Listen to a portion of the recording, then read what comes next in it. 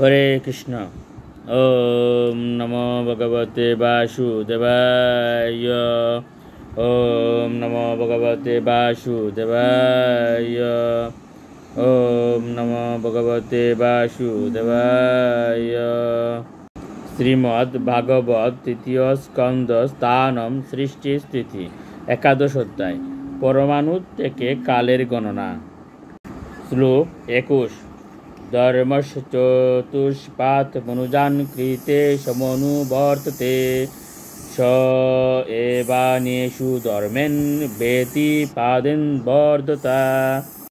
অনুবাদ: এ বিদুর, সত্যযুগে মানুষ যথাযথ রীতি অনুসারে পূর্ণরূপে ধর্মের আচরণ করত, কিন্তু অন্য যুগে অধর্মের বৃদ্ধির ফলে এক এক পাদ করে ধর্মের হ্রাস পেতে থাকে। শ্লোক 22।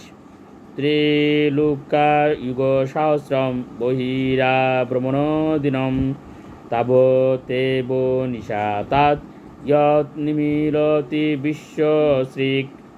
অনুবাদ: ত্রিলোকের স্বর্গ, মর্ত্য এবং পাতাল লোকের বাইরে ব্রহ্মার লোকে 1000 চতুর্যুগে এক দিন হয়, তেমনি ব্রহ্মার রাত্রিকালও ততখানি, এবং বিশ্বের সৃষ্টিকর্তা ব্রহ্মা সেই সময় নিদ্রা যান। শ্লোক 23।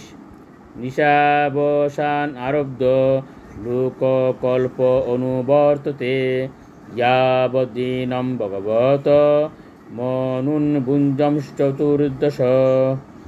অনুবাদ: ব্রহ্মার নিশান্তে যখন ব্রহ্মার দিন শুরু হয়, তখন পুনরায় ত্রিলোকের সৃষ্টি শুরু হয় এবং তারা 14 মনুর আয়ুষ্কাল পর্যন্ত বর্তমান থাকে।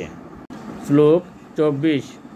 শম শম কালম মনুর্ভুঙ্ক্তে সাধিকাম এক সপ্ততিম।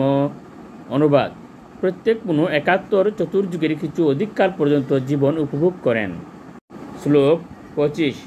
মনন্তরেষু মনবস্তদ্বংশা ঋষয় সুরাহ ভবন্তি চৈব যুগপৎ সুরেশাশ্চানু ইয়ে চ তান।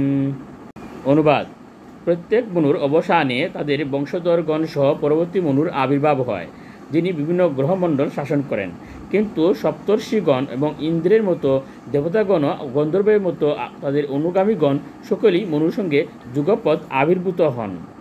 হরে কৃষ্ণ।